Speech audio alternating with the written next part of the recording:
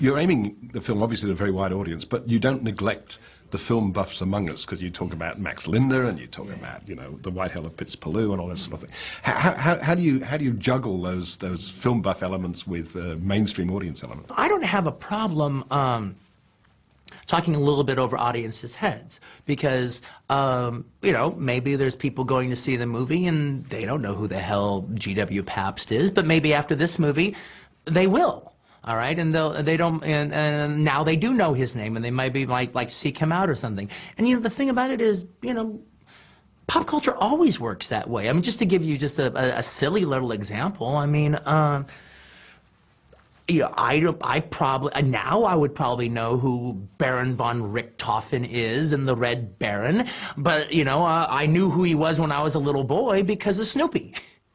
You know, and so you find, you know, they drop it. Who the hell is that? Who's that? You ask your dad tells you, and there you go. So I kind of like doing that, as long as it doesn't get in the way of the drama or the storytelling, or even more particular, that it actually is organically coming out of the characters. Nein, nein, nein, nein! Was alles soll ich von diesen Judenschweinen noch ertragen? Schlachten meine Männer ab wie Fliegen. Can you talk a little bit about some of the other pop references in the film, like your use of music? I mean, you've got Putting Out the Fire, the way you use that, the David Bowie song? That's always been one of my favorite David Bowie songs, and I was always really disappointed with how Paul Schrader used it in the movie, because he didn't, all right? You know, it's like he had this awesome song, and he just threw it in the closing credits, you know, like a lot of movies do. And I remember thinking, man, if I had that song written for my movie, I'd build a whole sequence around it. So I did. But where I'm coming from as far as that's concerned is what I like is, you know, I could have hired somebody to do the Ballad of Shoshana, all right? But that's just too on the nose. One of the things I like when you actually use something that actually exists as something else, or there's a second-hand quality to it, you know, when it's being used, is when you actually listen to the song now played in the scene that you hear it in, you're surprised at how good the lyrics work for her situation, as opposed to being written for her situation. It's surprising. Oh, wow, that's actually very appropriate for her situation. And to me, in a lot of ways, when that's the case, it actually plays even more like interior monologue than if it had been written for it. Sergeant Hugo Stiglitz. Lieutenant Aldo Rain. These are the Bastards. Ever heard of us?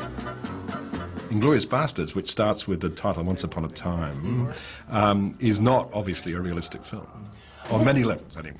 I don't 100% accept that, for the simple fact that it's like, you know, I think it's fairly authentic through most of the movie, and you know, but there's also a lot of little things where there's like certain things in the movie where I do a shadow version of what happened in real life, you know.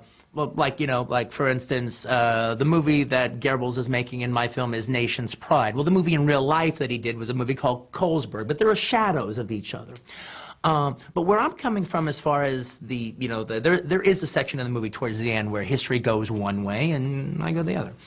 And where I'm coming from on that is, yes, the movie does start off with Once Upon a Time in Nazi-occupied France. And if you want to look at it as a fairy tale, you know, feel free. All right, as Londa says, if that tastes better going down, fine. I don't look at it that way. I look at it this way. I look at it as my characters changed the course of the war. Now, that didn't happen because my characters didn't exist.